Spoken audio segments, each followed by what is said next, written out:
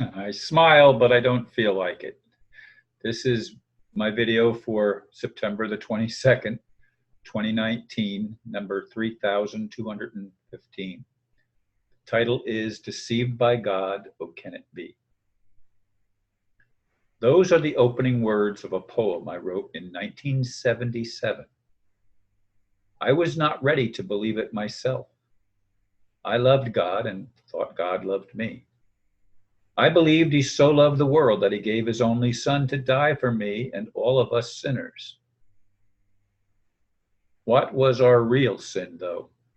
It was not eating some forbidden fruit. Why were we cut off from the tree of life? Jealousy? It was God who was jealous and insecure.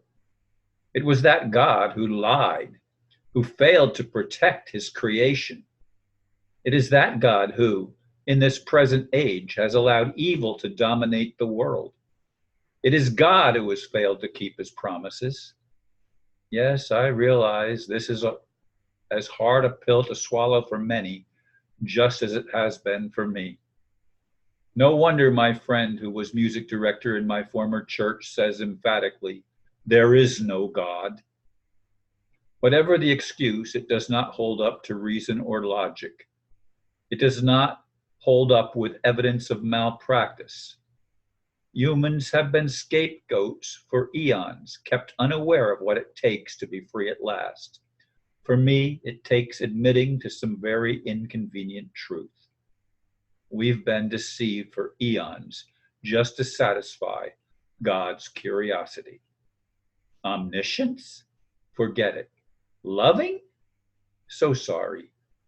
Will our real creator ever repent of letting a supplanter rule the world? A supplanter takes the place of someone or something that was there first.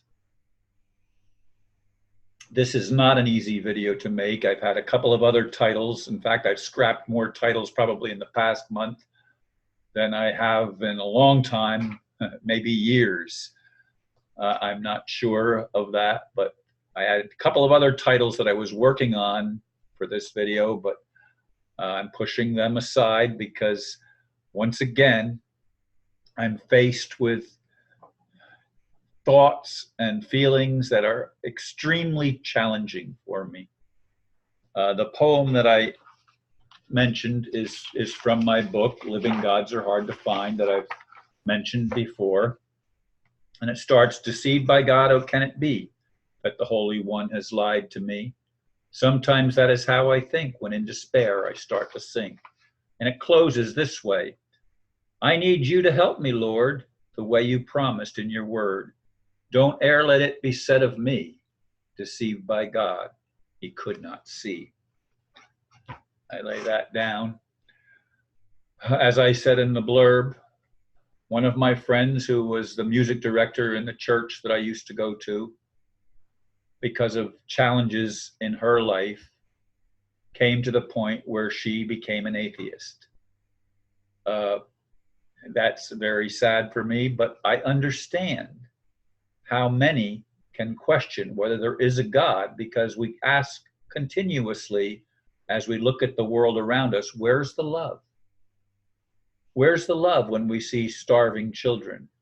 I actually made a donation earlier today to children in an orphanage in Africa, because one of my friends from Australia had it on her Facebook page, and she had actually opened a thing to try to raise money. Not very much has been raised so far, but there are people that really do love and really do care, and I believe I'm one of them.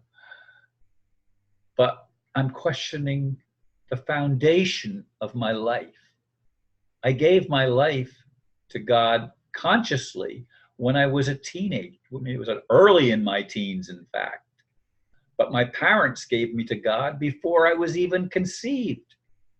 And in 1977, that's when my car was taken back, because I went to Utah, southern Utah, with my friend who was a sign painter, and I was a salesman when we were in Pennsylvania, and I moved with him and was a salesman there in Utah. And the Mormons, once my friend opened a mission on the main street of Cedar City, Utah, we no longer did business. So I lost my car. That's why I questioned God at that time. My kids were just little children at the time.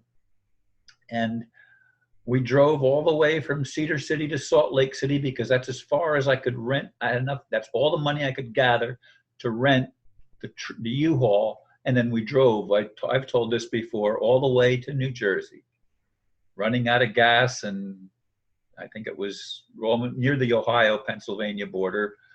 And anyway, we made it back to New Jersey, and I got another job, and I have had many jobs and done many things. But behind it all, I've always felt as if I was on a mission to help bring the kingdom of heaven to earth.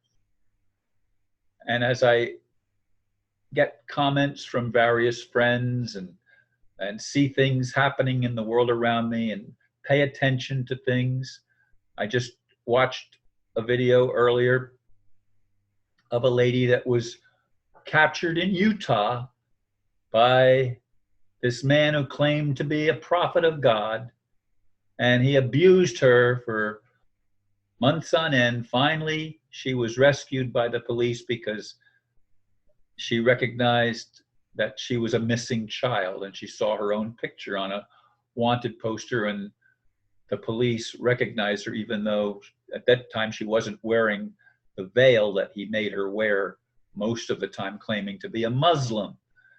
You know, the guy was a manipulator. But is God also a manipulator? Has God been manipulating the human race forever, pretending to be God? Did God allow a fallen angel to supplant the actual creator? I hope that's true.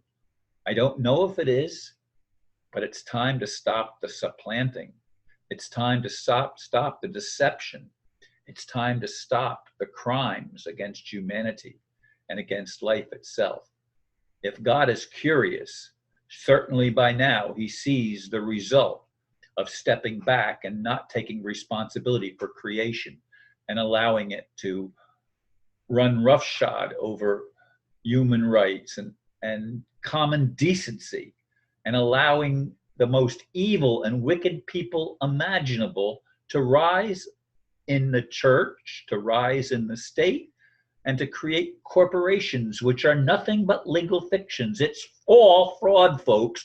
Corporations are all fraud. Now, that doesn't mean that everybody that works for a corporation is bad. I keep saying that, just like not everybody that is Jewish is bad, because the Ashkenazis, or at least the elite of the Ashkenazis, are not even spiritual people. They are demonically possessed individuals, and the world is in the lap of wickedness. Look around. Look around. Now, people say Donald Trump is going to deliver us. Well, we'll see. He's still aligned with Israel. And that is not a good thing from my point of view, because only the Messiah could reestablish, not Donald Trump. He's not the Messiah. There's a whole bunch of things that trouble my soul and bring me to the point of tears time and again. Of course, I do my best to not be in tears when I'm making my videos, but it hurts.